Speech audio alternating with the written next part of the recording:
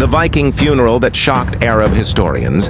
Imagine witnessing a funeral so brutal that a trained diplomat wrote about it in horror for the rest of his life. In the year 922 CE, an Arab envoy named Ahmad ibn Fadlan met a group of Viking traders, the Rus, along the Volga River. He documented everything in his famous travel account, the Risala, but nothing shocked him more than how these Vikings buried a chieftain. According to Ibn Fadlan, the dead leader's body was placed in a temporary grave for 10 days while preparations began. A slave girl volunteered, by tradition, to join him in death. She spent days drinking, singing, and visiting each warrior as part of the ritual. On the day of the funeral, the Rus prepared a wooden ship, placed the chieftain inside, and filled it with offerings, weapons, food, animals, even 2 horses. Then came the most terrifying part.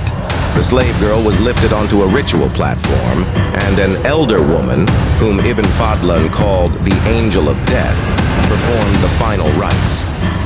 Moments later, she was killed and placed beside her master on the ship. Finally, the Vikings set the entire vessel on fire, sending flames into the sky.